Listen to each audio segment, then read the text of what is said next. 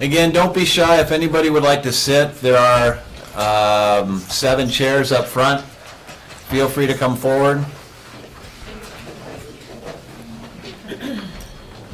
There you go.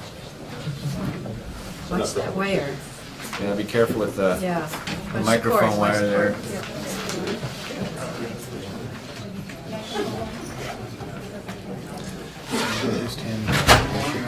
Are we on, Josh? Yeah, we're good. So just to let everyone know, the camera is on. We are rolling live. Don't be afraid. We do it every day up here. I don't have my agenda.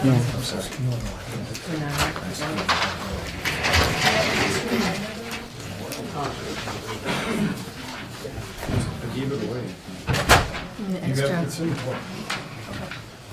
Right there. Okay. But I'll. All right, so welcome to the 2016 Truth in Taxation meeting. Thank you all for coming out. I have been warned that there is a football game tonight, so if any of you miss it, I'm sorry. Let's see. We will start with introduction. We'll call the meeting to order. And we will start with introductions of our board and staff that are here. Start with Yafa. She's up in public health. She's our financial officer. Josh is our public health and human services director. We have Molly, our county attorney. Jeff Cadwell, our administrator. Ginny Storley, Heidi Dukirk, Gary Gamble, Frank Moe, Jan Sievertson, Brady Powers, Pat Eliason, the sheriff, is here. Lisa Sorley is another one of our wonderful financial officers over at the highway department. David Betts is our highway engineer. I know that Kimber Ralstead is somewhere here as the hospital administrator. We have Todd. I see a hand back there. We have Todd way in the back. He is our assessor. If you have questions about the value of your property changing, Todd would be the one that can answer those questions. He probably won't be able to do it tonight, but if he gets your information, he will definitely get in touch with you and talk to you about the value of your property. Not how much the county is taxing, but the value of your property is different. And I think that I got everything. And I will turn it over to Brady. Okay. Try not to take, can anybody hear this? That's why I stood up. Try not to take too much time with this, but a little bit of background. First, I'll just review a few of the pages in this booklet. Some of you have the booklet, pages 1 through 8. And then the remainder of it will just be for reference. And then we'll go to a PowerPoint presentation, which is kind of a summary of where we're at. Is that power? Let me just see the power. Here's the volume.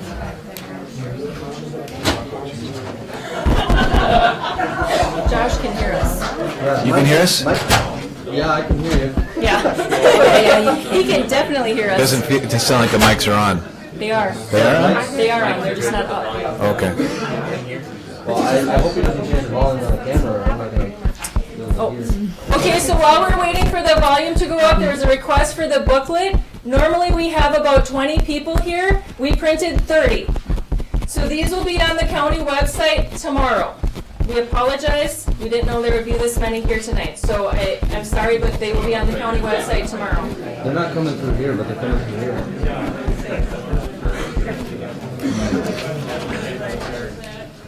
Is it on? Sound? I don't think it is, because you would hear You that. hear anything? No. Just tap your mic head there, see if we're getting better. Okay, I'll speak as loud as I can. So, the purpose of a truth and taxation meeting is for citizen involvement in the county budgeting process and an opportunity for county officers to explain budgeted expenditures. It's required by statute to hold this meeting. As background for the discussion, there we go. Thanks for blowing in my hair. It's important to note that the county is the agent for the collection of all the property taxes in Cook County. County collects taxes for the school, for the city, for the towns of Lutz, Tofty, Schroeder, the hospital, the EDA, the sewer district, ARDC, and since 2002, we've now collect and remit to the state of Minnesota a state general property tax. that's imposed on seasonal and commercial properties. Now, almost 50% of all the property taxes that we collect and send out are for taxing entities other than Cook County. So you may argue about the level of services to be provided, but it's clear we need government to provide some services. There's some advantages and disadvantages to property taxes. As compared to other forms of taxation, some of the disadvantages, we have state and federal law mandates that don't fully fund certain services that are paid by local property taxes. Property taxes are regressive. That means they're not related to your ability to pay. Changes are difficult to predict. Property values, classifications, for example, may change due to market conditions or new laws. The system is extremely complex. It's hard to explain. Some of the complexities are class rates. We have over 50 class rates, different types of property. We have something called iron range fiscal disparities. It's a method, the state imposes, it's a method for 7 Northeast counties to share their commercial industrial value increases. There's a state general property tax. That's imposed by the state of Minnesota on commercial and seasonal properties. There's homestead aid programs, there's a taconite credit, a market value, and a market value exclusion. These are just for homesteads. But they're complicated also. They change depending on where you are in the county and for the value of your property. Some of the advantages of local property taxes and why local governments use them is they're likely to be more responsive to public needs and more directly accountable to the public than state or federal taxes, which is why you're here. They're generally more stable than other forms of taxation, which I think is why they've been favored over the years in the state of Minnesota. They're not as sensitive to general economic conditions, but that's also why they're regressive. Just to state it again, it's not a hearing by law. It's not a hearing to discuss the value of individual properties. That happens in the spring of the year. There are boards of review in the towns, and then the county has a board of review in June of each year. But it's always good to check your valuation to make sure that it's correct. Just briefly go over our budget calendar. That's the next page for people that have a copy. The highlight is we start in June on budgeting. We have to set a proposed levy by the end of September, and all of the entities do so likewise. And that's what you're seeing on your notice, is what was approved on September 30th. Then we have to send out the truth and taxation notice by November 24th. We mail them out. They get to you by now. And then we have to have this public hearing at which the public is allowed to speak in a period of about 2 weeks. This is the night we chose. We intend to set the final levy. We could do it on the 13th or the 20th of December. We could go as long as the 28th by law. The next page is just the notice that we published in the paper. It just shows a comparison of 2016 to 2017. It shows a comparison, and this is just the county. So we're collecting for everyone, but this is just the county levy and budget.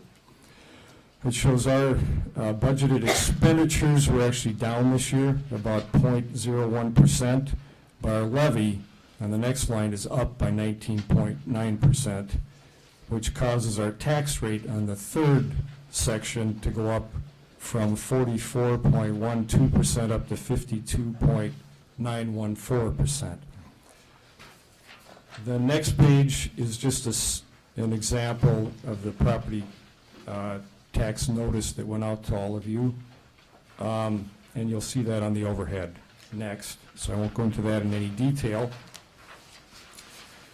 Next, page 4 is a summary of the county's proposed levy.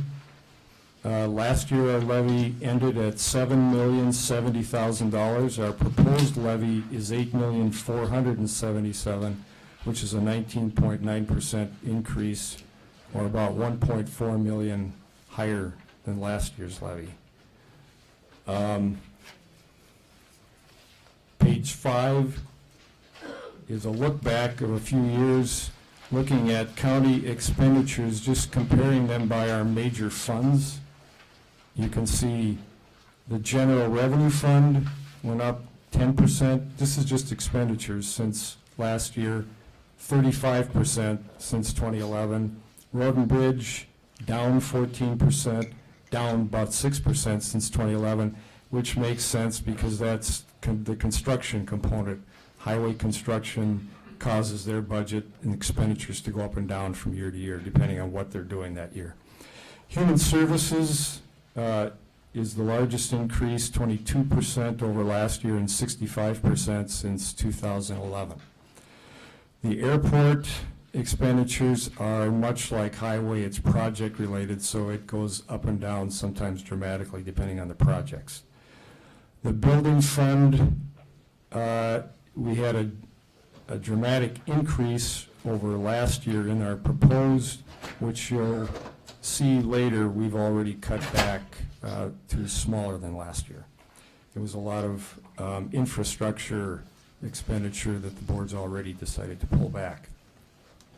The YMCA expenditures are up about 3.5%. Our courthouse bonds were paid off last year, so we had that reduction. Our equipment bonds, $337,000, no increase there, but they go on for about another 3 years. And stop me if anybody has a question. The next page is just comparing our levy by those major funds again. So this is the net. This is the expenditures minus the revenue. Here's the net levy, what you pay. The general fund up 27% since 2016. Same amounts if you compare back to 2011. So we had roughly the same levy last year as we did in 2011. Road and Bridge up 38% in levy over last year, 82% since 2011. Human Services up 48.5% over last year, up 90% since 2011. Airport up very slightly, 0.1%, and up 20% since 2011. The bonds, the government center bonds are gone, nothing there. The building fund showing a large increase, which has since been cut back. The equipment bonds, no change. The YMCA is up 31% as we were changing the operation. The county's taking over all of the maintenance function, which is a little more expensive. The next page, page 7, is a long history of our revenues, expenditures, and levy. This is all of the funds. And as you can see, in the first column, budgeted expenditures are up about an average of 3.2% over the last about 28 years. But they vary quite a bit. That's the highway and airport construction going on. The budgeted revenues up and down again because of those construction changes, but the general trend is up, of course. Budgeted use of fund balance, you'll see numbers widely different from year to year. Sometimes we did not use all that fund balance. In recent years, we have been using what we said we would use, which is part of why we're in this fix today. The levy, you can see up an average of 4.1% over that same period.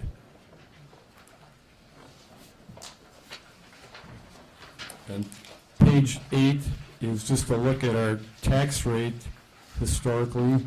This is just the county's tax rate, not the city, not the towns, not the hospital, etc. So we had a tax rate of 50% in 1994, and it's dropped as low as 30%, and now it's proposed to be back up to 52.914%.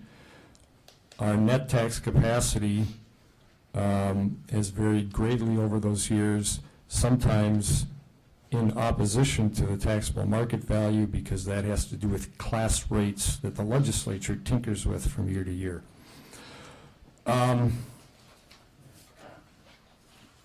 Okay, I think that's as far as we'll go in this book. We'll go to the overhead projector.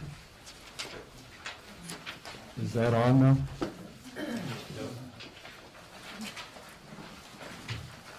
Do you know how to switch? Okay.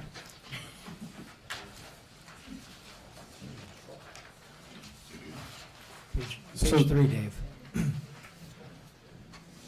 So we're going to start out looking at one of the proposed tax statements. Is that on the screen? Yes. Okay. Who?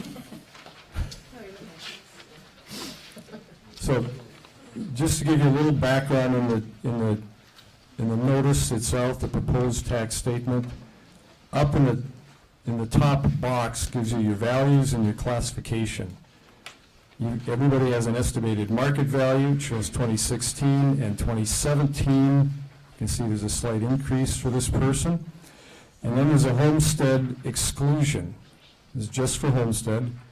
The exclusion is a maximum of $30,000 at a $76,000 value, and then it disappears by the time the value gets to $413,000. So even in this one, you can see because their value went up, that exclusion went down. That's to help lower priced homeowners. And you get down to a taxable market value after that exclusion, and then you can see the class of your property. In this case, they're both homestead, residential homestead. Next box, you can see the actual proposed tax for 2017, $2,560. And then below that, you have the where the tax breakout comes, which is a little hard to read because of all the additional information. But if you look down in the box, the large box in the middle, it says state general tax. In this case, it's zero, because the state general tax is paid by commercial and seasonal properties, and this is a homestead property, so they don't pay it. The next line down is the county tax, and it includes all of that information, the county address, the time of this meeting, etc. But that line across there is just the county tax going from $848 to $1,076. That's the county's 19.9% tax proposed increase, but that also varies a little bit by where you live. If you're in a fire district tax is included on the county line in the software. That's just how it works. So these, if you have the exact same value and your neighbors across the street, they may be in a different fire district, they could be a percentage or two different depending on what their fire district needs for a levy. The next line down, in this case, is the city of Grand Marais. It's their levy. This one went up from $996 to $1,069. The city had a 5% increase, roughly. If you live in a town, this is where your town of Lutzen, Tofte, or Schroeder, that would be in that same spot. The next line down is the school district. It's broken down into two levies, the voter-approved levy and other levies. And in this case, all of these are, the total dollar amount is correct. The line on which it says voter-approved levy is incorrect. All of that levy should be in the other levy line, but the total amount is correct. That was a mistake. Actually, I caused that mistake this year, but the amount is the same. The other levies down below that, the special taxing district, that includes the hospital as a special taxing district. They're the largest levy in that line. Their levy is $800,000. They had no change this year. The Economic Development Authority is also included on that line. They had an increase, a proposed increase this year. And then there's something called Arrowhead Regional Development Commission. It's a very small levy, very small difference. The sewer district did not have a levy, but that would also be in this line for people in Tofte and Schroeder. Below that is a tax, increment tax. We don't have one right now, which is why it's zero here. It's zero across the county. We last had a tax increment in 2004. And then fiscal disparity tax. Only commercial properties would have an amount on that line, and it would be quite large in many cases. That money generally goes to St. Louis County because of our variation in our tax rates. Their tax rates on the Iron Range are much higher than ours, which is why that believe it or not, which is why that fiscal disparity is quite high for commercial properties in Cook County. Can you go to the next page? This should be the 2017 proposed budget. This is really a repeat of what I talked about in the first booklet, except if you look, it shows the 476,367 proposed levy increase, but if you look way over to the right, you can see again the levy amounts we approved and what we've changed since then.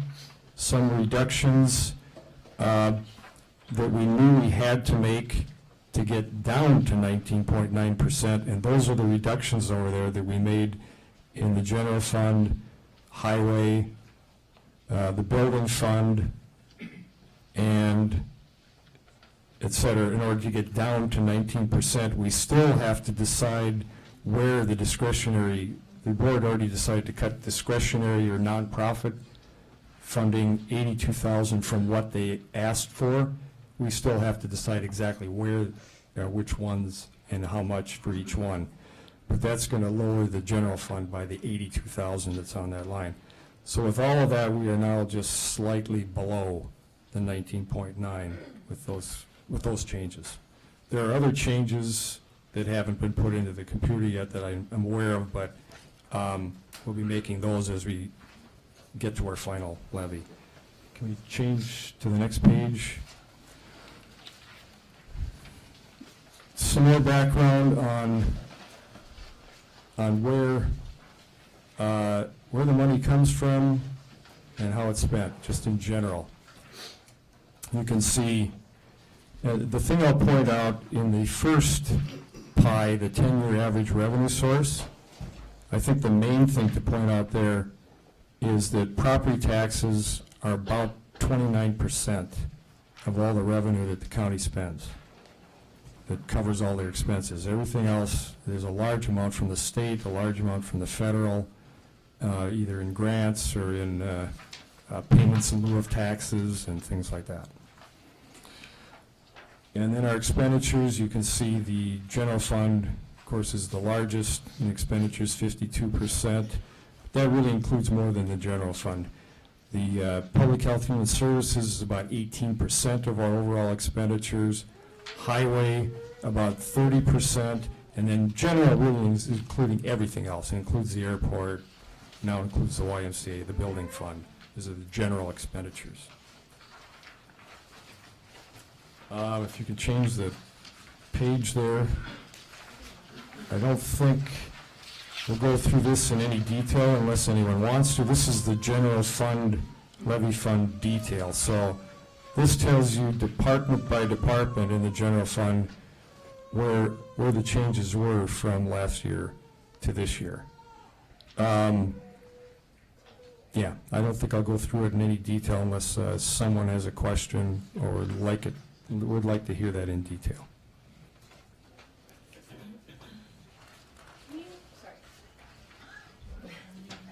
Oh, But there's just a couple lines where the discrepancy is larger. Can you maybe just, like data processing, there's a 200,000 difference? Like, any that there's, some of them Yeah. are virtually the same and others. well, this is proposed, so this is some of the stuff, a large part of what you saw on the previous pages for the general fund. We cut back like 80,000 to get back to the 19%. There have been proposed some large infrastructure expenditures to maintain, like put money for 5 years to maintain some tower structures and things like that we've already pulled out. And so that's already lower than that to get to 19%. If you saw what we've got in the system right now, it'd be much less. But this was as of September 30th, so it's not that large anymore. I have a quick question. Sure. What is CVS/paralegal? What does that stand for? I'll let Molly answer that. That's the crime victim services and paralegal position in the county attorney's office. It's half a grant funded position. I just didn't know what it was, thank you. I'll point out just above that is the General Finance Administration, Department 41, about the fourth thing down, showing a minus 97. That's because that's where we book all of our interest revenue. And we're finally doing a little bit better after the crash in the last couple of years, so we added 100,000 to what we think we're going to make in interest on our investments. So that's why that's larger. It's a bigger revenue. That's a revenue source in that department.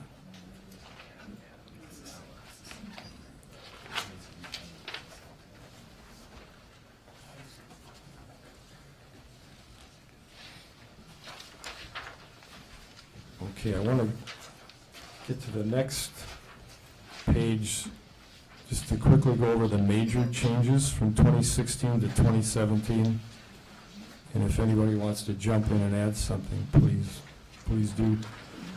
So, of our 19.9% increase, about 18% of it is wage increases, cost of living, regular step increases. People get some increases in their first 5 years, and then at 5-year intervals generally.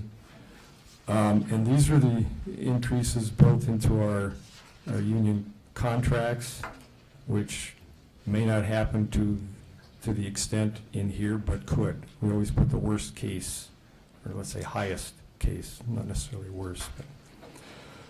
But. And then the next line is part of that, really, because this comp study is looking at the wage structure in the county, and if it's implemented and it says that people need to be paid different amounts, we have an amount in there to make those changes if we need to. We've had additional staff, and that accounted for about 7.8%. Additional staff in public health human services accounts for about 14% of the increase. We had a health insurance increase this year of $250,000, a 19.1% increase, which accounts for about 17% of our overall levy increase.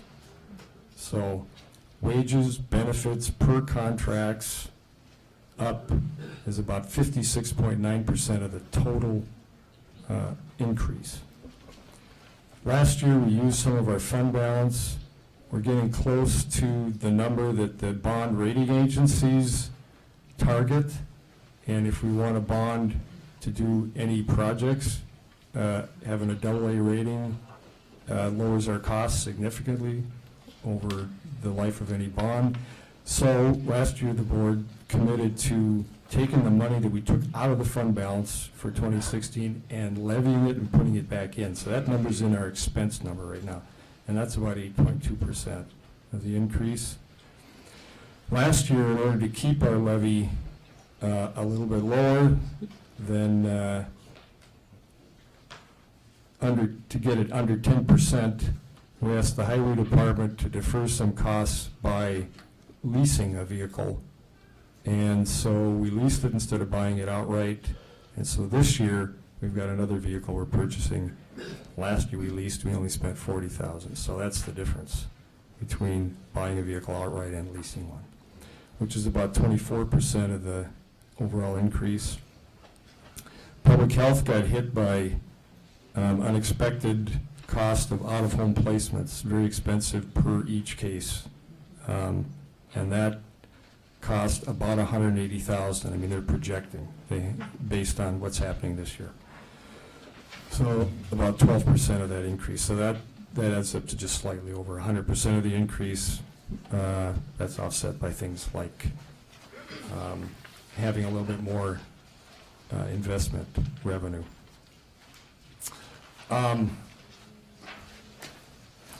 Should I go over the next pages, or do you want to start questions? Am I going along? The next, Can I ask a question? Sure. You talked about the amount for the bond rating to keep in the AA rating. What kind of an amount are we talking about?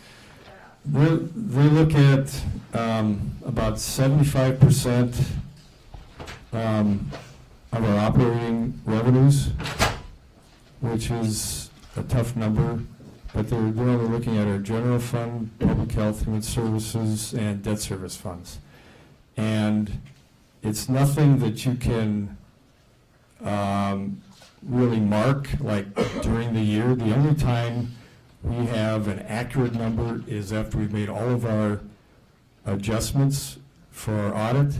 And then at that point in time, we know exactly what our fund balance is. And after that, it's a guess, because revenues and expenditures go in and out at different rates all during the year, and you just have a fair guess of where it's going. I don't have any of the sheets that you're talking about, but I Yeah. do you list there what our balance in all the accounts, the checking, sinking, reserve? What do we have? What is the county? What's their balance? The reserves, the one that they look at, I just want to know for information. Yeah. purposes. I don't have that. And, Right, I don't have that with me, but I know the number that they look at is our undesignated, unreserved fund balance, which is around 7 million. Yeah. that's We have reserved fund balances for various things. Joyce, you But can those call aren't the part of it. auditor's office tomorrow and Brady can get that information No, pulled I'm up. just curious. Yeah. because Yeah. I don't have any of these sheets, and I just want to ask. Sure. a question. No, that's a good question. My other comment is, I only got this today. I think it came in my mailbox, my proposed tax rates. I don't know about anybody else. That is really short notice for somebody to get this. And your taxation meeting is tonight, a day after. It doesn't, a lot of people are probably not even here because they didn't open their mail or get it. So Yeah. just for future, Yeah, anyway, yeah, most of them went out on Friday, so, I got mine yesterday. yeah. Brady, or Dave, if you can flip up the page that lists the per line item. Back there? The next one, next. Oop, you're going backwards. Oh, you're gonna go forward? Yeah. I hope. Okay, that one. There's a question back here. Could you please hold? Any questions? The screen that's up right now, this is each line for what the increase based on your value. Brady wants to let the public start having their comment period, so we're not gonna get into detail, but it's up there. So on the top where it says county, if you're a homestead and your property is valued at $76,000, the proposed increase right now is $40. So it gives you City of Grand Marais, ISD 166, the two levies that passed, and the EDA, just for reference, and it's also in your packet for those of you that have it. Again, it'll be on the county website tomorrow. We will move to public comment. At this time, the public is welcome to address the county board. Members of the public may speak respectfully for up to 2 minutes. The public comment period is limited. I have roughly 30 names written down. Excuse me? Thank you. Excuse me. Excuse- I'd like to talk about the reserve fund for just a second. It's been on the- Lloyd, can you wait? No, I can't wait, because then my 2 minutes will be used up on my taxes. But what Joyce was talking about, I did a little research this week. Actually, I spent about 2 days calling other counties and trying to, because I talked to Brady about the reserve fund, you know? Lloyd, out of respect for other people, What's that? out of respect, because we have 30 names, it's gonna take an hour Yeah, but to this get is, through the this got nothing list, to do with my taxes. It's got something to do with the reserve fund. which the public would probably wanna hear when you're speaking. Well, then I won't have time to talk about my taxes. We will try best to get to everyone. When we get through the list, we will allow more people to speak. Yeah. I wanna hear it. Yeah, at least the 2 days, but anyway, I checked with other counties too, and as far as keeping a 75% balance, there's no state statute that says you have to keep a 75% reserve, that amount of money. What the state recommends is you keep from 35 to 50% and try to keep enough money on hand to follow your levy for 6 months, 5 to 6 months. You take like Two Harbors, I talked to their administrator today, they keep about 50%. Other counties keep 35%. So I just want to clear that fact up, that the 75% is a very, very rare number for any counties to keep. And the way I look at it, in a situation like this year, where county commissioners aren't being fiscally responsible to keep our taxes down, well then, they should have to dip into the reserve fund because that money is actually taxpayers' money.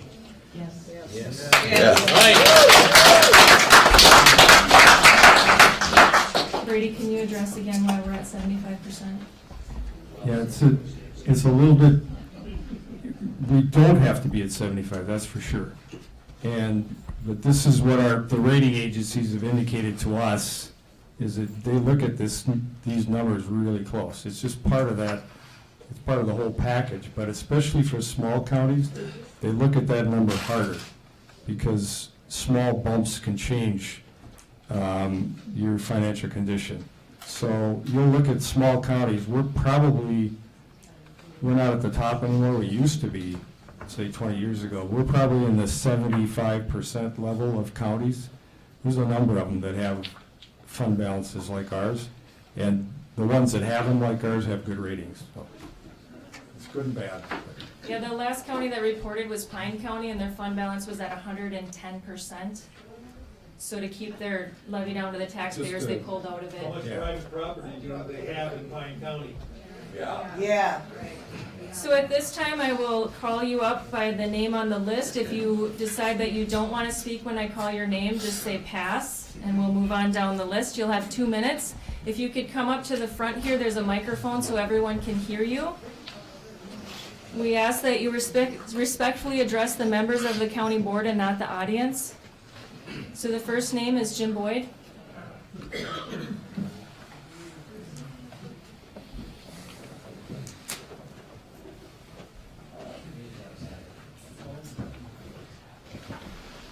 Please state your name. My name is Jim Boyd. And board members, I know that I'm not going to be able to get through this. Pull the mic closer. I'm sorry. It was sticky. Can you hear me now? Yeah. I'm not Verizon. Anyway, anticipating, I made more copies than you did. I made 50, and I'm happy to have them. Most of the folks here are going to have a very different opinion from mine, but I'm not going to be able to read this. I have a couple of handouts to go with it. Let me just read from the last page. While it's regrettable that the taxpayers of Cook County must swallow a 20% increase in the county levy in 1 year, especially the year when voters also approved the bond issue and override levy for the schools, the county board can be assured it is not acting irresponsibly. It is acting to preserve the services the people of this county require. The dollars collected in property taxes do not float away to some alien place. They flow into the salaries of the social workers who serve abused children and distressed families, the snowplow driver who's out at 5 a.m. on a February morning clearing our road, the clerks and technicians and attorneys and maintenance crews, and yes, also the salary of Dave Eckel. The taxes we pay are a powerful expression of our responsibility as members of a community to join together in accomplishing tasks too big for any of us individually, and most of all, to care for and support each other. Members of the county board, that's what you're entrusted with overseeing. It's hard, difficult work that can tend to pull us apart. Please don't allow that to happen. Remain united in working to serve the good people of Cook County. Thank you.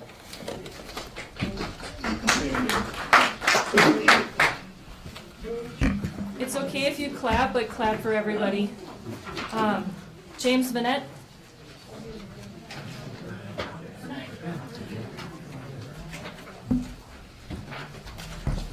Once you state your name, I'll start the timer. My name is James Vanette. I'm from over in the Hovland area. I got a couple questions. I know that it seems that this is really a wild budget, but I'm having a serious problem with most of the commissioner meetings and the fact that we talk about health and human services, we talk about all the county. Keep in mind, the county is the biggest employee in this county. And so under that premise, my money is going to keeping the county going like everybody else's. When are we going to start looking at getting a business in here so that we don't have to put 52% of it into health and human services? If you have businesses, you have help. If you have help, you got more income. If you get more income, I bet we're going to get more taxes, wouldn't we, Ray? Yeah. So why are we focusing you know, it's like we're on defense all the time instead of being offense. And I know I'm quite offensive, but that's my problem. You gotta look at the big picture. The big picture is, we're doing not one thing for business. The second point I want to bring up is the simple fact that a few years ago, I was in the same room, and they were discussing how great the YMCA was going to be, and the commissioners at that time stated no tax dollars from this county would go into that business. We weren't going to have to pay any extra other than what we voted on, that percentage that we voted on. And we were told no. Now I'm seeing 145 grand because of maintenance. Yeah. How about 100 grand from the county, or 110 grand that they have to pay for shortfalls, and 100 grand that the city has to pay for shortfalls? Any way you look at it, that looks at $333,000 a year. And I remember the night that I was given the budget by one of the commissioners, and I looked at it and I told them the first year running, they're going to lose $333,000, using the numbers that were made by the commissioners. We're there. Why are we putting money into a losing proposition? There's $333,000 that we could be playing with to help human services, to help roads. Time is up, thank you. Fine, thank you.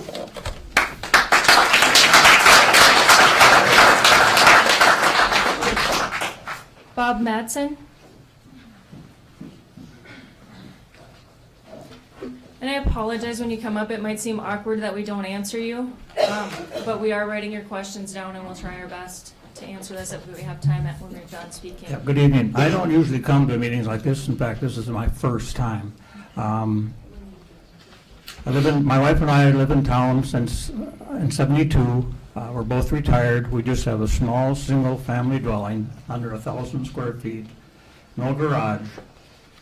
And your county's increase on my small house is 63%. I find that totally absurd. And I understand you've got a tough job, but I think it's time that you express a little tough love to your department heads, your special interest groups,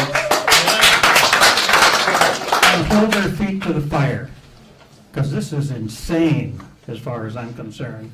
I don't mind paying taxes. I've never had a qualm about it. But this has gone overboard as far as I'm concerned. So you've got a tough job to do, and I would hope you could do it. But like I say, it's time for a little tough love. There's a big difference between what you want and what you need. Thank you.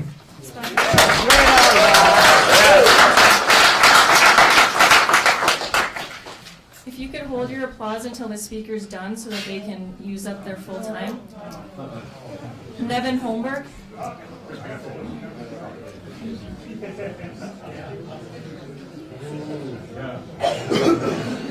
Please state your name. Still Nevin Holmberg. In the nearly 20 years I've lived here, I've seen my property taxes double and the market value of my property decline by some 25%. My taxes continue to rise and I see no change whatsoever in the services that I get. Now, the taxes, of course, have increased this time around, as I expected. However, I can't help but note, I read in the paper all these programs that the county gets itself involved in, whether it's YMCA's, golf courses, and now affordable housing. And what I want to know is, when in hell are you going to make my housing more affordable? Right on. Thank you. Thank you.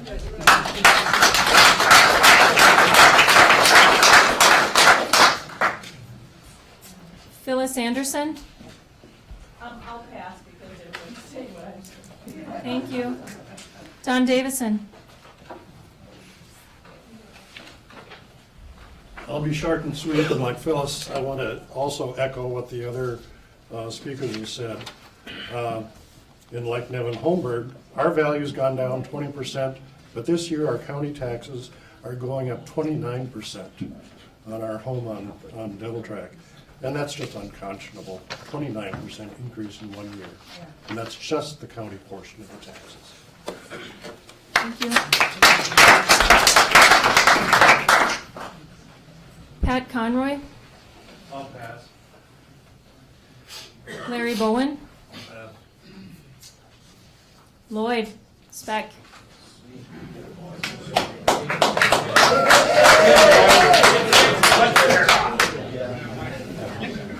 First of all, my taxes went up approximately, I got a lot of parcels, 10, but they averaged about 20%. My ma's went up 80.3%, about a 700 square foot home. And she's 90 and a half years old. She wanted to come to the meeting, but I said, Ma, you better not, because I'm afraid that you might do something you might regret. So I told her to stay home. She was born and raised here. She's on an income of $800 a month. So I don't know how this county expects somebody on an $800 a month income. She's going to be 91 in April. She's independent. She won't go in a nursing home. I'll stay here until I die if I have to. But the thing is, what this county's got to look at, you got 5,180 people here, 0% population growth. And if probably you'd have another minus 35% population growth if people could sell their homes and get the hell out of here for what our county commissioners have done to this county. It's just spend, spend, spend. And it's about time that something happens to it. It's easy to say yes, but if you're hired as our elected representatives, you got to spend this money as if it was your own private business and your own private checkbook. You're not doing that. I have studied county business for 14 years. I understand everything. I have spent 2 days talking to other counties, other administrators, and they laugh at us. They think we're a joke. That isn't nice. I'm ashamed to tell people I'm from Cook County for what's happened. And I was born and raised here, and I'm 69 years old, and this is my birthday today. I've got cancer, and I still got to work, lift blocks, dig graves because of my taxes. Time's up, Lloyd. And what I'm saying, one other question, you hired an administrator. He is hired here to help us out. I want to know how he saved 1 penny in taxpayers' money this year. And if you want to answer that, Jeff, I'd be welcome to listen. I'd be happy to talk to you, Lloyd. And also, I got one question for Mr. Brady Powers. There was $1 million taken out of the Road and Bridge Fund years ago. Was that ever repaid back by the Road and Bridge Fund or the county engineers? That runner, there was a $1 million, $5 million, or $500,000 at one time and another $500,000 years ago. Was that was taken out of the reserve fund? That's why I wanted to talk about. Out of their reserve. Yeah. Was that money ever put back in? Oh, I'm sure not directly. Huh? When you borrow money, you're supposed to put it back in. That's $1 million. Yeah. And I want to know, I think more things should be out in the open with the public. There's a lot of hidden facts, and there's a lot of different groups that are catered to, like what happened at the last county commissioners meeting. And I don't think it's right. You people are here to represent us and take care of our money. And we get $2 million from the boundary waters, from the federal government every year for the boundary waters for having that. That's $2 million. That's an ace in a hole. Other counties don't get that. So Harbors gets $2.5 million. And if you people want to learn how to solve this budget problem, my phone number is 387-1727. I tell you this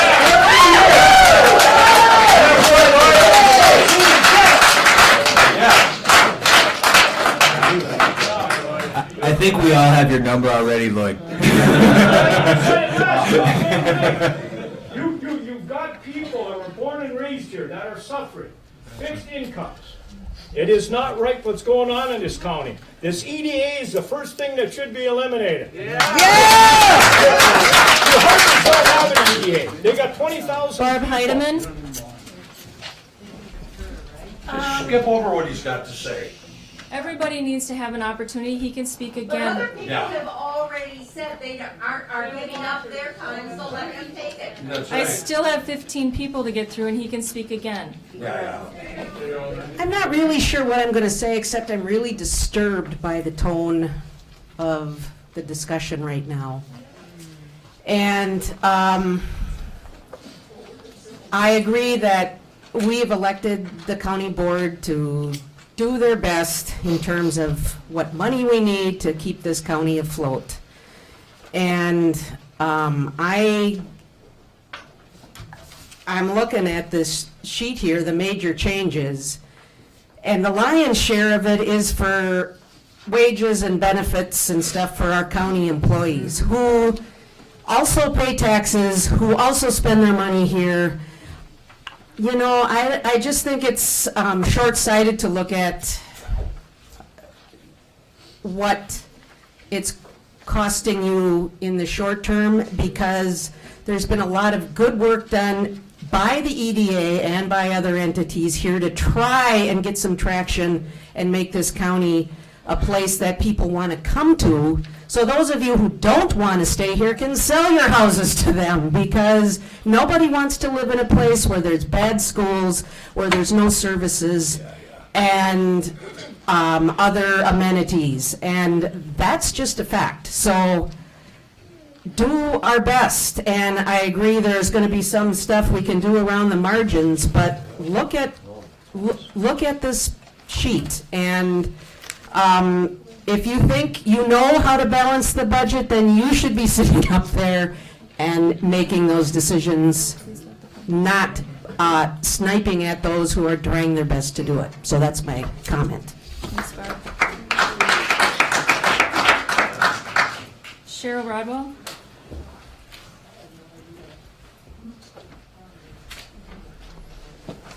My name is Cheryl Rodewald. I'm flabbergasted. Our taxes went up by 98%. Who the heck can afford 98%? I mean, that's ridiculous. That's all I have to say. Don't be because little it's a on bunch the of crap. I live in a swamp. Thank you. Ray Huth? Sorry if I messed up your name. I really shouldn't be speaking, but I've heard some things I don't like, so I'm going to speak. Number one, I should be talking to Todd after the meeting, I guess, or later on. But I'm here, the wife and I do not live in Cook County. We have property in Cook County. Our property went up 183%. Wow. In 1 year. And I came here and talked to somebody in the office about it. I asked them, can you give me some kind of reason why it went up 183%? They said, well, we finally realized you have a little bit of your property is up on a hill. I said, in 18, 20 years, you didn't realize that we didn't have property up on a hill? And now you raised it 183%. As far as you're concerned, my wages never went up 18% in the 50 years I worked.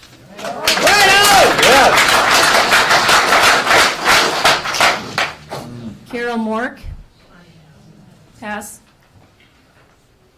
Bob Pratt? Joyce Hayscree? Joyce?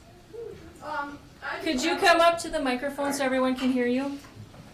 Something that nobody has really asked about is the health insurance, and that's a big part of this levy that's going up. And I think it's said between, what is it, $1,500 to $1,700 that the premium is that you pay for each employee. And I understand that the employee pays $50 for individual, $70, $75 for family. My husband is a retired county employee, and I have lots of friends in the county. Back then, insurance was probably $500, and they got most of that paid for. But really, in the marketplace right now, private insurance, private businesses, you have to pay for part of your insurance. And when it comes to $1,500 to $1,700 a month, something has to be done about that. The employees have to contribute more than what they're contributing. And I don't know, Jeff, if you're working on a contract, are we set in a contract with the employees? I don't quite know about that. We do in fact have a contract for 2016 and 2017. We have already started conversations about options for 2018 because we know we have to find a better way through health insurance. So then we're looking at next year, the same scenario. No, this is for the we're budgeting now for 2017. For 2018, we want to have other options. We know we have to have other options for 2018. That's good, because I think that, that's a pretty, what would you say, 7% rating that was part of the increase in this levy. And I really think you have to look at that. I think it's an awful shame the way our country is and what they're charging people. But we have to come up with something because the county, it's almost like $20,000 each employee is getting in a benefit, and they need the benefit. I understand that, you know, I worked. But I think we have to really, really try in that area to do better. Yeah, 17% of the increase. 17%, 17%, okay, well, that's close to 20, so. Thanks, And I Joyce. think the other people have already answered my other questions, thank you. Thank you, Joyce. Jason Zimmer.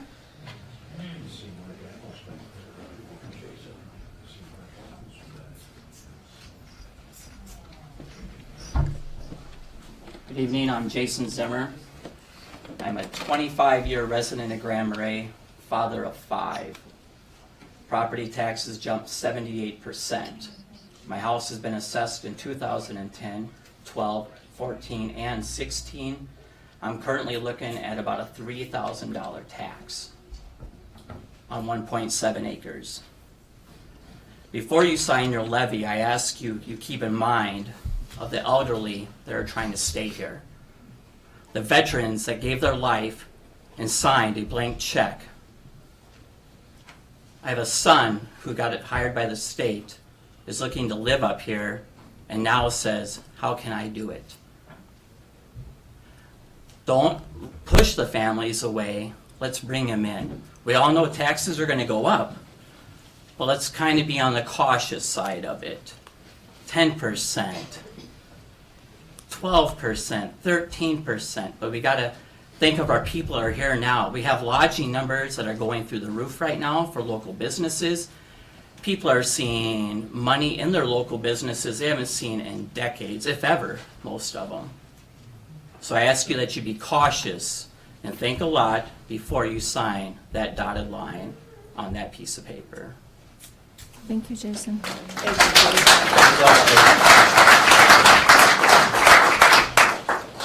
David Berglund. I'll pass. Howard Hedstrom. I'll pass. Cheryl Johnson. Jim Rammel. I'll try one more time. Cheryl Johnson or Jim Rammel. Brad Thompson.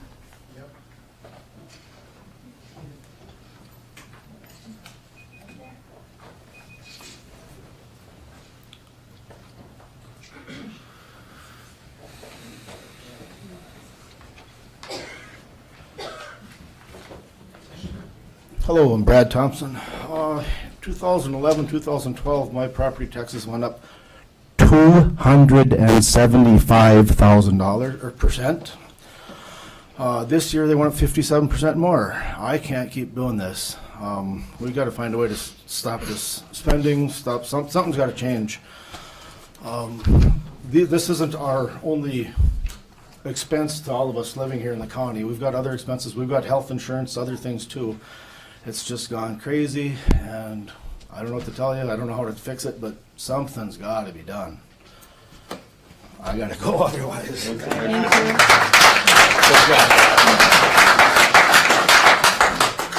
Carl Greshik. They aren't here, but they'd asked if I'd read their comments on their behalf. Carl Greshik, if you're watching, the commissioners have your comments, and we will submit those for the record. Can we read those last after the public? That's fine. That's here. Dean Berglund.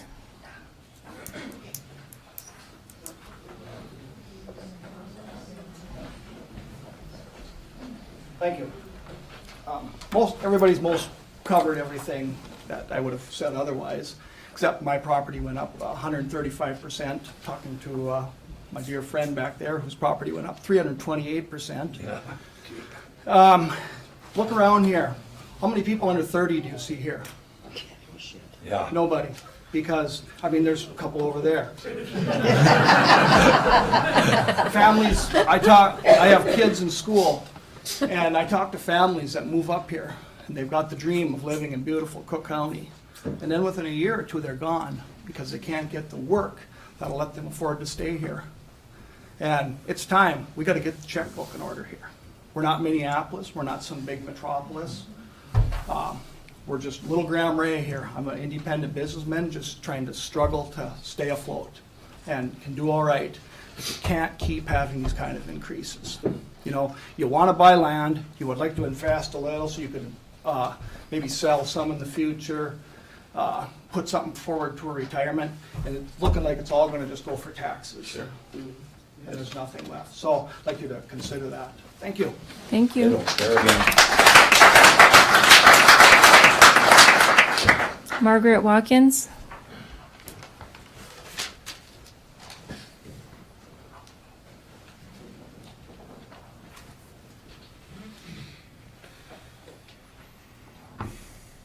Good evening. The things that I am concerned about, the rising taxes are difficult. The cost of living in the county is really hard, especially for young people moving up. There's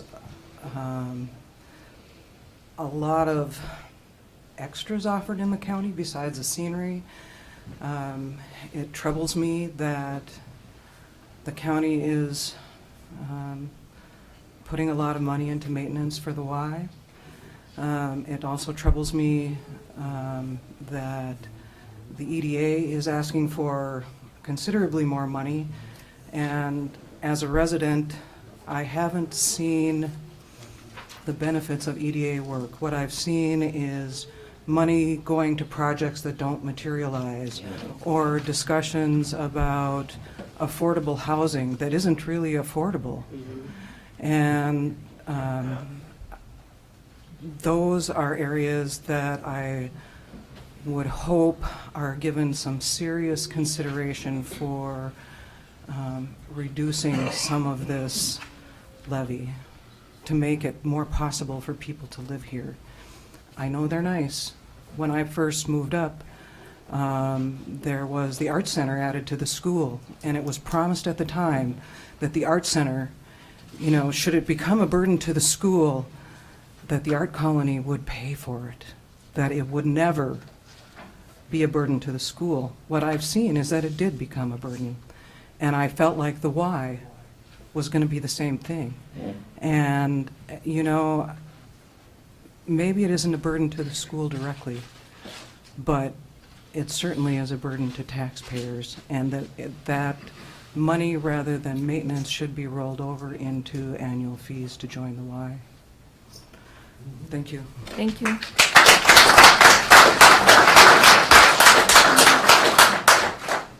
Ron Lund. Designate my client Deloitte. April Gustafson. April Gustafson. Did you want to speak? Sorry, I can't see you. Trying to get through.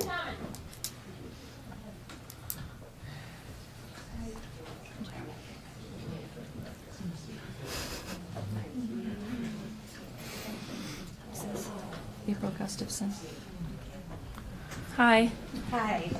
Who do you have with you? This is Susanna. She is 3 months old. And Isabella, she's 2 years old. And we have 2 more at home with my husband. We couldn't find a babysitter, so he had to stay with them. But I just wanted to appeal to everybody that we've been here a year now, and it was a very, very hard thing to find affordable housing, as you know.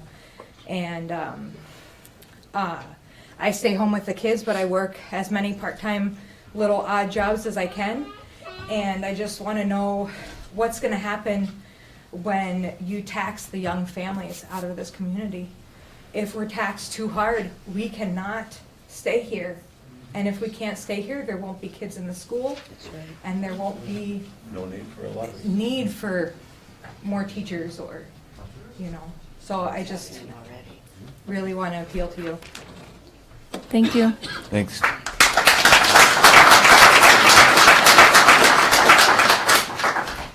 David Williams.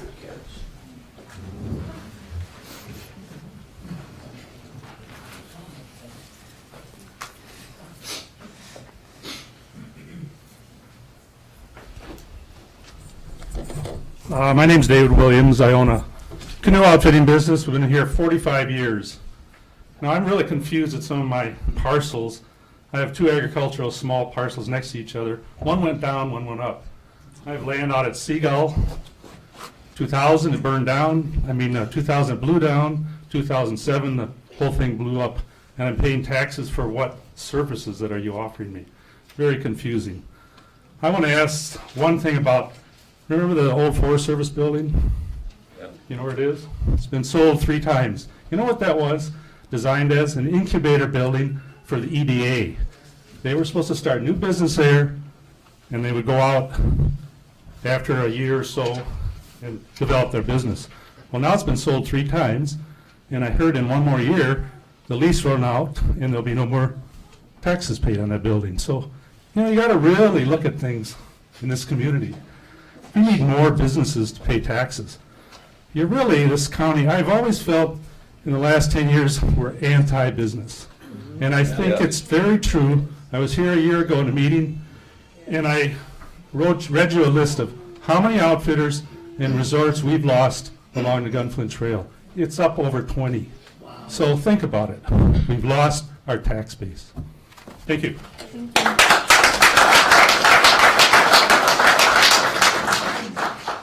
So we've made it through the list. If you have not spoken yet and you would like to speak, please raise your hand and come forward. Is there anybody else who would like to speak? Kelly, could you please step forward? If you could state your name for us, all of it if you want, or first and last.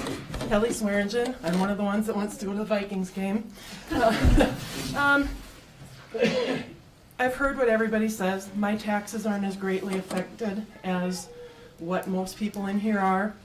I encourage you to be diligent in trying to find ways to reduce.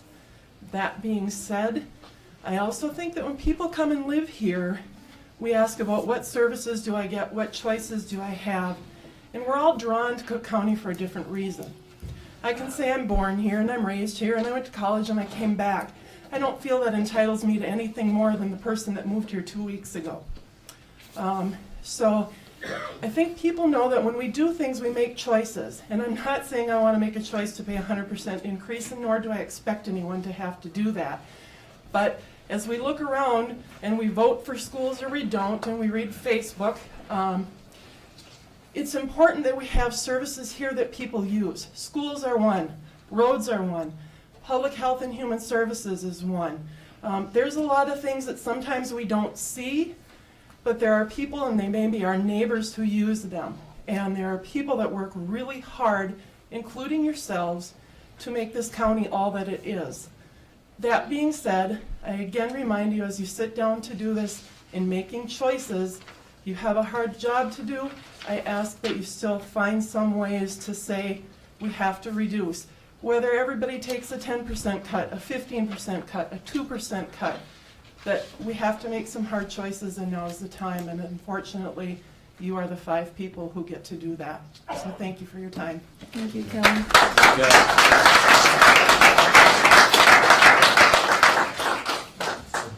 Howard's got his hand up. If you could come to the microphone. State your name, please.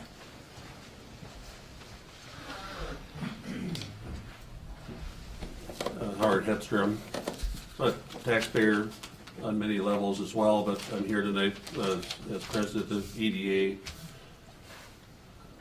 Maybe first I wouldn't talk, but partly in self-defense and partly just to explain what EDA is up to. It's been mentioned several times: opportunity for work, opportunity for housing, affordability. There's been a lot of people working in the community over a number of years on business, and the biggest barrier to business across all sectors, whether you're a sawmill, a restaurant, a government agency, or a resort, is housing. Right now, we're hoping to break ground on a 16-unit market rate rental in Lutzen and 7 owner-occupied houses here in Grand Marais. The EDA levy last year was $223,000. We're asking The request for this year is $329,000, so about $100,000 increase.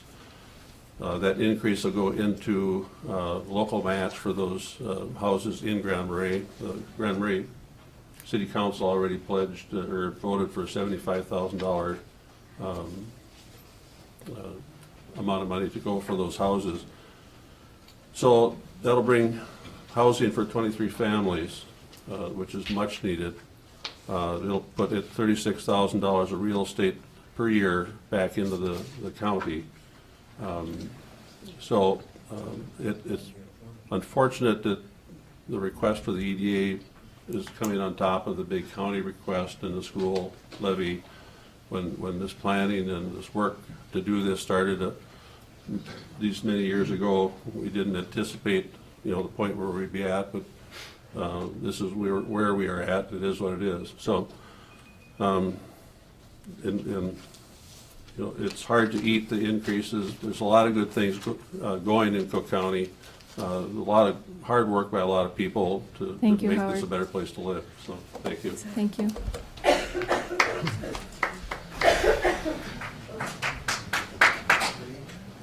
Would anyone else like to speak to public comment? Anyone? Jim, please step forward.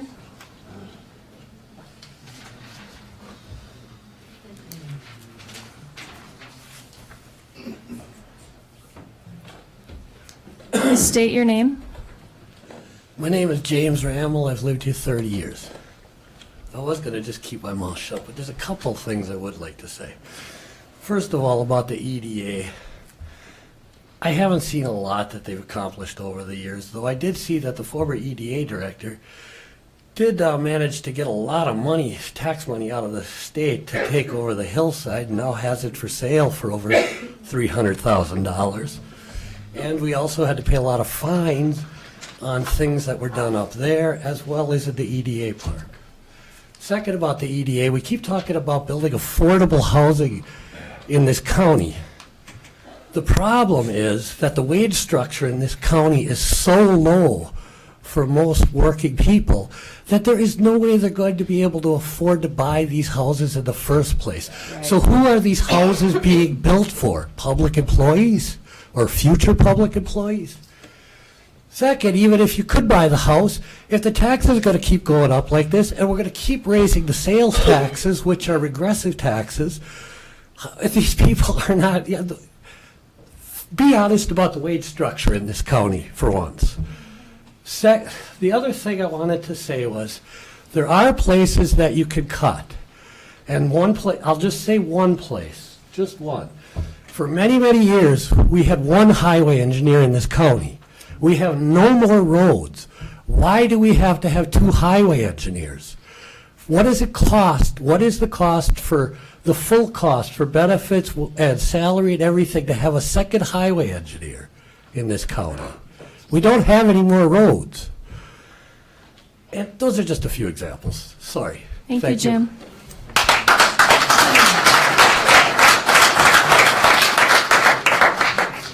Would anyone else like to speak to public comment? Would anyone else like to speak?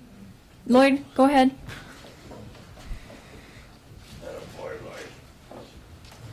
Again, this is Lloyd Speck.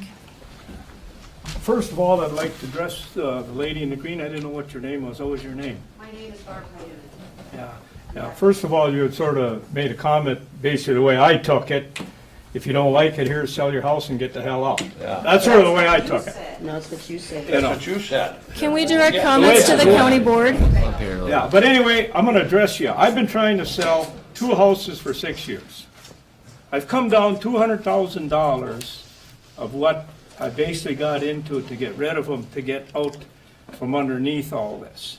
And like I say, if Cook County is this great golden gem to live in, why do we have 500 houses, combined houses, regular houses, cabins, and land for sale in this county?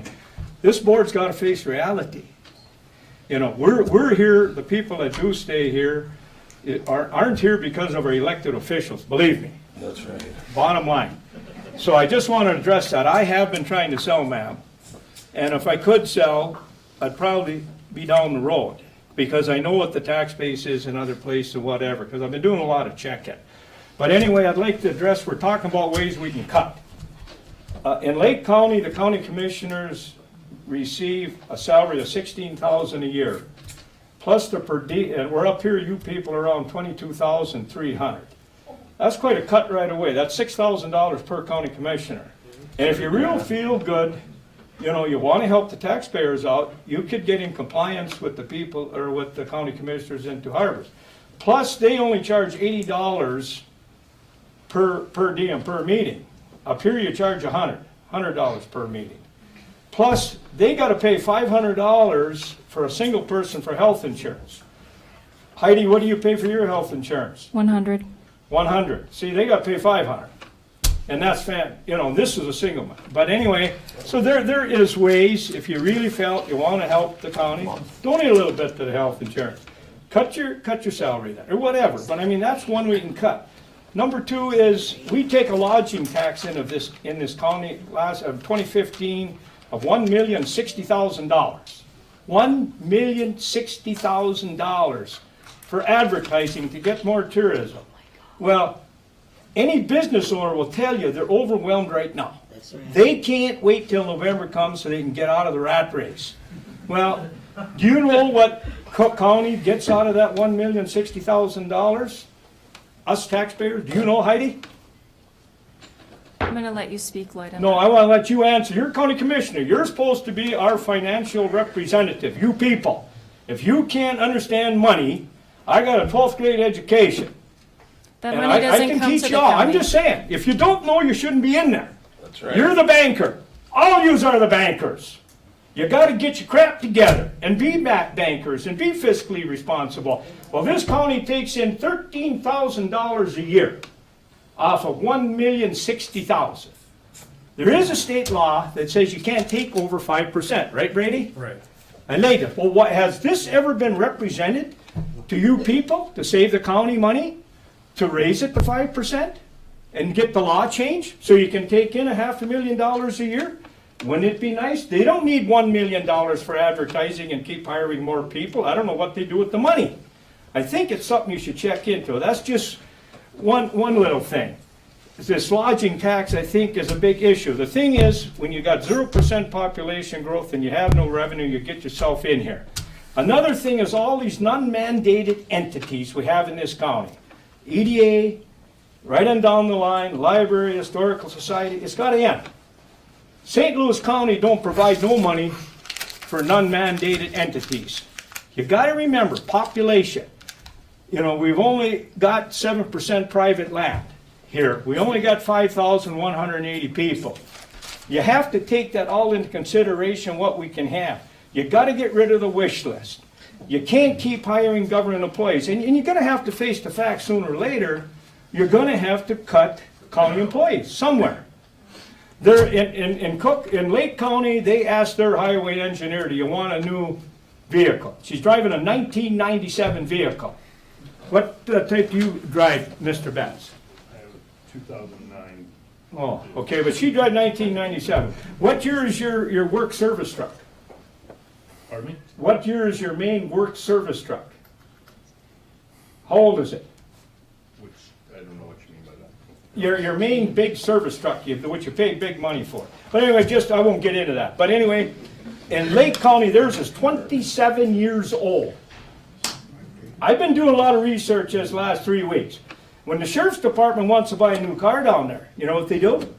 They wait till they find them about 2 years old. There's many ways you can save money if you want to. And that's what this board has got to get together and do. You have got to talk to the heads of your departments and have them get back to reality. If people are going to survive here and you're going to get people to come here. I mean, that's bottom line. It's nice to say you want everything, but if your checkbook can't do it, you got to change your standard of living. Yeah. That's bottom line. I mean, it's very simple. You can't spend more than you're taking in, and you can't give. And if none of you can say the word no, we don't need you. Because then you all should quit. And I mentioned it to Brady. Let Brady sign the check. Then you save the $320,000 a year. Very simple. I mean, to me, I'm just disturbed, I'm flabbergasted when you see what's happening here. And to me, it isn't to the good. And sooner or later, you're gonna have to bite the bullet, just like our country's got to do. And that, but, you know, you gotta decide what the necessities are and what you need and what you don't need. And also, I wanna make another comment. I hope everybody in this room realizes that on your proposed tax statements, this does not include the school referendum tax. That's right. That's right. That's one thing I'll let you know, and I don't know how much percentage, I own like 10 properties. I invested in real estate all my life so I could sell it when I got older. Well, today I'm 69 years old, I've been trying for 6 years and can't sell nothing. So, and anyway, I guess that's pretty much what I gotta say. I said, things have gotta take a pretty much 100% turnaround. And Howard, I disagree with you 100% on the EDA, because I know when I ran for county commissioner, I've got a stack of papers this high at my house. I study it. I still cut every paper clipping out that talks about your people's yeses and nos. So if any of you want to know about it, get a hold of me. I got a list this tall, and about the golf course, and about Lutzen Resort, and all the giveaway program. The giveaway has got to stop. That's right. That's it, and then you can balance the budget. But you can't keep going on give when you ain't got no revenue coming in. It's very simple. That's why I had to work 90 hours a week and went 7 years without a day off. That's how I got what I got. And that's just pretty much it. But as far as Howard, you said you got all these people, you figured that, how many houses that they're gonna put up? 7 houses and 16 rental units. And do you have signed agreements that these people will rent these houses? No. Well, they're not built yet. Yeah, but, well, why are you building something if you know for sure you can't rent them? Are you gonna have the other EDA sit like the business park? I heard you making a comment this fall, you were so excited because you sold 2 lots. Normally they're worth 60, 65,000, so you're excited.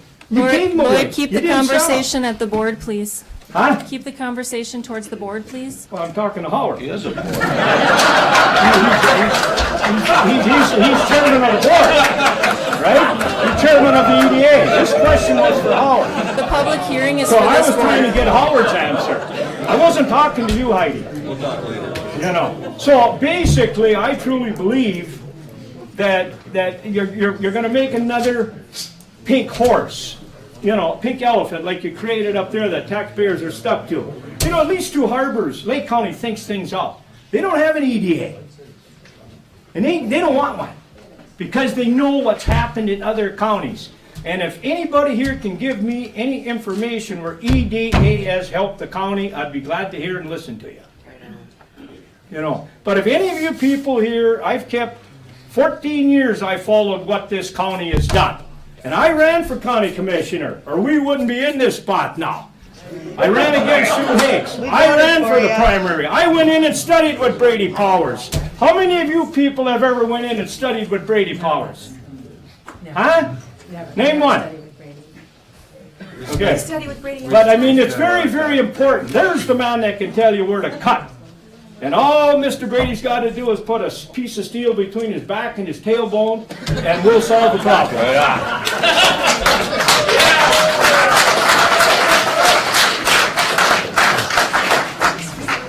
Would anyone else like to speak to public comment? James, if you would like to come up.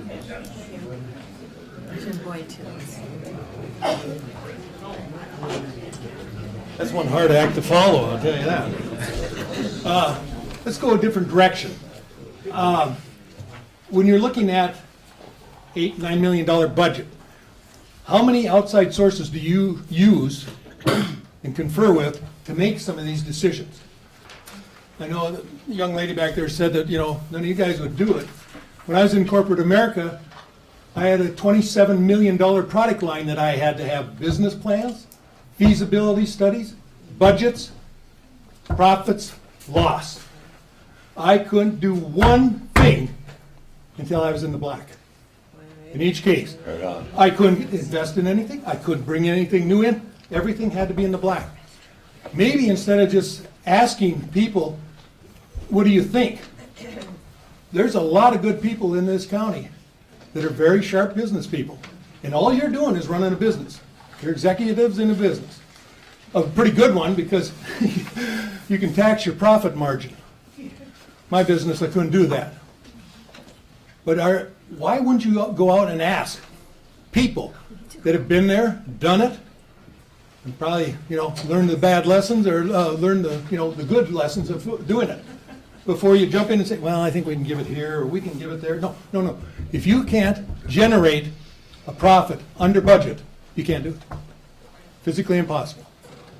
Unless you want to increase taxes. So maybe instead of just asking for a little bit of a response, why don't you ask for a little help once in a while?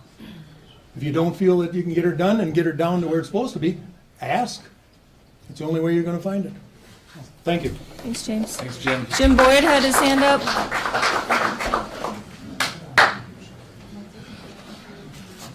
You? My name's still Jim Boyd. I want to speak to the EDA for a second. The things that Lloyd said about the EDA were accurate about 4 years ago. It was a horrible mess.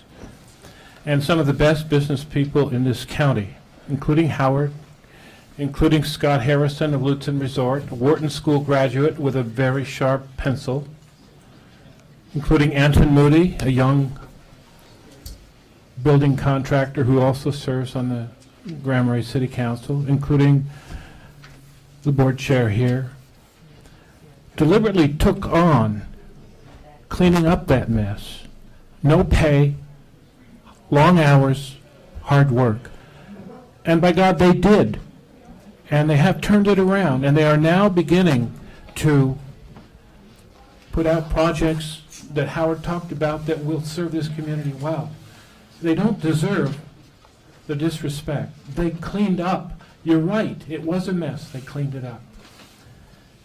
And the tone here tonight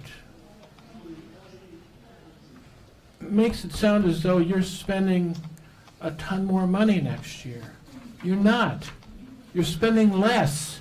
Your budget is going down. What's going up is the levy. And the reason is it's replacing something. It's replacing the reserve funds that you used in previous years so you could continue to provide the services the people of this county need and want without charging them the full price. And then this year, Moody's and your professional administrator said, you can't do that anymore. You're down to 75%. Your bond rating is in jeopardy. You can't. If you had consistently raised the levy 3 or 4% a year, we wouldn't have this problem. But if you look at the levy increases between 2010 and 2014, over those 4 years, the total levy increase was 3%. And you used the reserve fund. And that's why we're in this mess. And it really is too bad that it's 19.9% or whatever small amount you may be able to cut from this without cutting jobs. Because that's the choice that this administrator, whom some of you have tried to fire, put to you. It was not that you have to raise taxes, but that finally this year you have to make a choice between programs and taxes. You either got to increase the levy or you got to cut some jobs.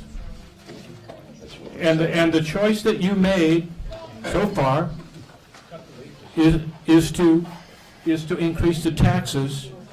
But still, the document that Brady presented to you showed that on average, including the 19.9, the increase is about 3.2% on average. So what you're doing next year is making up for what you didn't do the last 4 years, and which would have been absorbed by these folks probably without much of a complaint. You're not spending a ton more money. You're investing in keeping the services that I think the people of this county want. And you know, that's really telling, isn't it? I didn't boo anyone when I was sitting back there and I had a different opinion. I didn't disrespect anyone. Obviously, we don't agree with you. What does it mean, though, if you can't stay here and afford it? How does that come to 98% increase on my taxes? We have someone else raising their hand. So if you could come forward, please. Thank you, Jim. Sorry, that lady in the back corner had her hand up. Oh, I'm sorry. Okay. I'm sorry. I was told we couldn't clap anybody, we shouldn't be able to boo anybody either then, right? Is that right? Here, here. Could you please state your name? My name's Kathy Williams, and my husband spoke earlier. Well, I think I know all of you. Anyway, I was part of the old Ski Hill Committee. We met for 3 years, and we talked about things. We talked about things to develop the old Ski Hill property. And at one point, we had a fellow named Gordon Awesome came. He was a developer. He offered to build a ski resort or a snowboard park at the top. He had somebody who was going to pay for all of that, pay for all of the infrastructure, and in exchange he was going to buy the land, but it would be a fair price, and he would have luxury housing. The higher up on the hill you went, and when you got to the bottom of the hill, you had affordable housing. This was all going to be paid for, by this developer. And the citizens said no, because a few people didn't want to see lights that lived on the old Ski Hill Road. And it seems to be that's the way everything goes in this, excuse me, in this county. The other thing, I think there's a lot of smart people in Grand Marais, and I think if you got a think tank and people together with creative ideas on how we can save money, that would help. I also think that when you have meetings that you go to, costs the county a lot of money because we live so far away. Well, we have internet now, and you can go to a meeting on the internet. And I think the county should make that a priority. We do that. We do that. So why does it cost the money to go to meetings then? We don't do it for all meetings. Yeah, we have a room upstairs that we have ITV in. Thank you, Public Health. Well, I think that, if the meeting doesn't have a go-to meeting, then, wherever the meeting's at, you should let them know that that's gotta be a priority, because it's just too expensive for a small county. Also, I think nonprofits should have to pay property tax. And I know that might be, maybe not legal or something they have an exemption, but that should be something to go after. If your budget is over a certain amount of money and you are acquiring more and more properties, you should have to pay property tax on that. I also think that our county regulations, when you're building something, in particular, we wanted to put in a new outhouse, and the regulations are totally ridiculous. I don't know of anybody who's had an outhouse that has failed in this county. Unfortunately, I do. Well, I don't know how it possibly could. Anyway, the regulations, when you're building something, it's so burdensome. It really makes doing business very difficult. And I think the county should really go after the federal government for some more PILT money, the payment in lieu of taxes.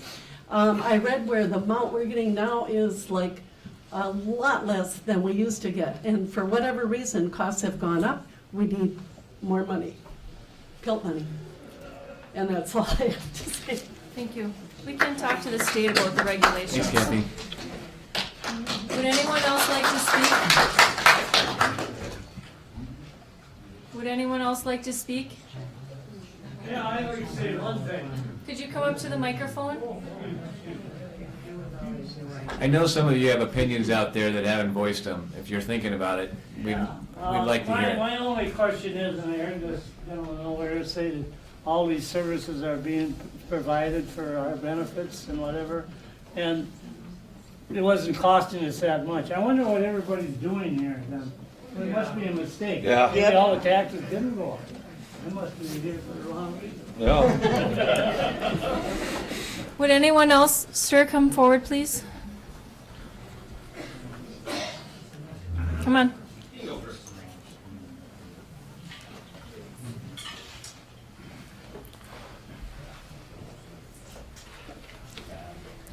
Steve McNeely. You know, everybody here just about that's made a comment tonight is absolutely right.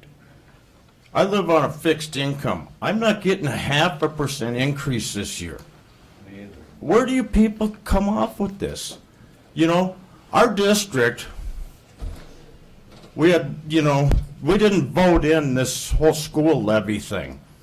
I don't have a problem with teaching kids, but let's teach the kids. There ain't a dime that goes to the kids to start with. It just goes for more damn administration. You can take Washington, D.C., highest per capita for students, and they got the worst rates. That doesn't fix anything. Let's teach them some real history, and let's teach them some math so that when they get up here, they can actually add and figure out what works and what don't. I don't get 4% increase every year, or 19%. Every whatever years. You know, it's just insane. Math always works if you know how to use it. Thank you.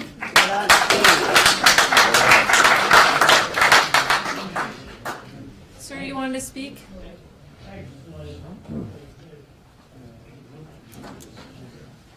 I have a question. Can he speak, and then if you could come to the microphone, that would be great. Can you state your name, please? Yep, Matt Conlon. My family has lived here. I'm the 4th generation. I currently have the 5th generation we're raising right now.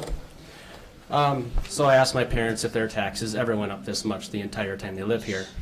My grandma owned a resort on Seagull Lake, never even close to this. 6 years ago, my wife and we made a lot of sacrifices and bought a house. We bought it within our budget. Our taxes went up 168%.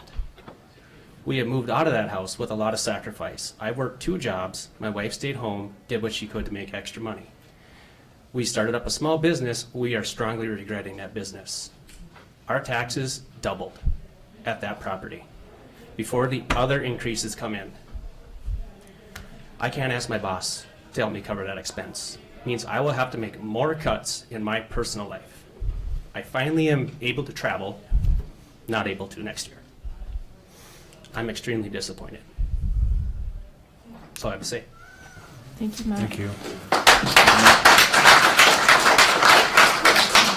Ma'am, if you would like to speak, could you come to the microphone? You have to have me travel all Everybody wants to hear you. It's not a really complicated thing.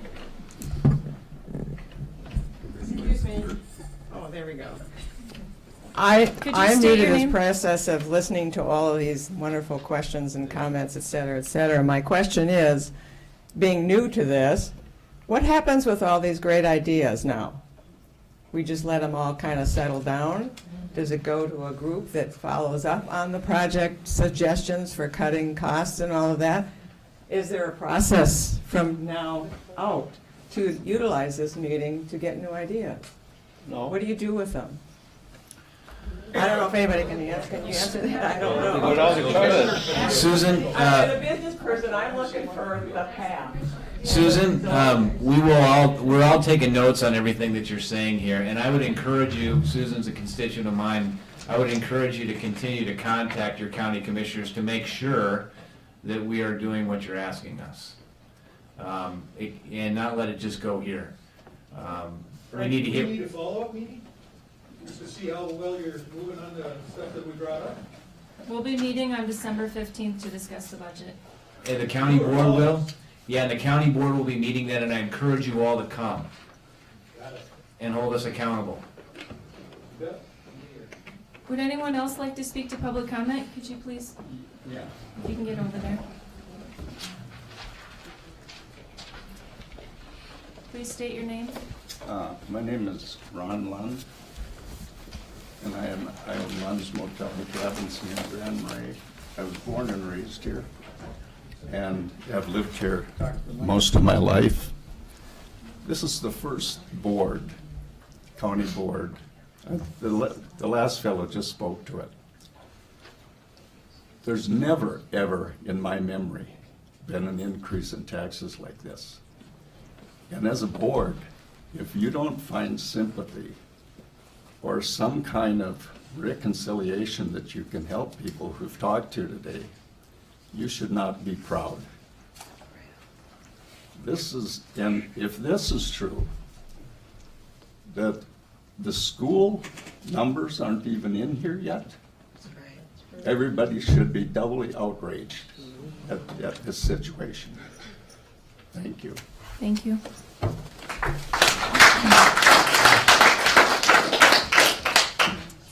For those of you that don't have a packet, in 2002, the levy was 25.36%. We're not trying to get there. We're not going to get there. It's not our goal. Would anyone else like to speak to public comment? Would anyone else like to speak to public comment? Okay, at this time, we will close the hearing. Thank you so much for, you want to? Yes, it'd be, the board can make comments if they like to. Well, he had one person that he wanted to read the letter. Yeah, this is Carl. Thank you, Madam Chair. Carl and Carlin Kreshik. They couldn't be here. My apologies for not being able to voice our concerns in person. However, I am unable to attend this meeting as prior commitments have me out of town. I appreciate that our district commissioner has agreed to read our comments. My wife and I have called Cook County home for roughly 60 years. During those years, we never appeared before the Board of Commissioners or called to complain about our taxes or county board operations. However, that has changed as we've become increasingly concerned that the spending has gotten out of control. We can only assume this is directly related to the decisions made by this County Board of Commissioners. Our property taxes have increased $1,600 in the last 3 years. To raise taxes, property values at these percentages doesn't seem right. Our house value went up $34,700 this year. This increased our taxes by $832. This figure does not include the recently passed school referendum, which will be a future addition. Since 2014, the value of our house with no improvements has gone up $95,000. We would certainly hope this seems excessive to you. Tax increases on our business properties are just as bad. Again, we say the spending has gotten out of control. The harsh reality is our ability to generate additional personal income cannot keep pace with these increases. Please consider what is happening and make it a priority to control spending in a responsible effort to ease the burden on county taxpayers. If elected officials ignore the real-life impact of their decisions on the citizens of Cook County, it is our opinion they no longer represent us. Thank you.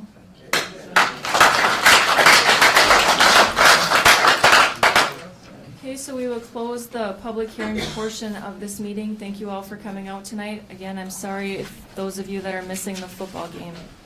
Thank you. I'd like to thank you all for coming. Thank you.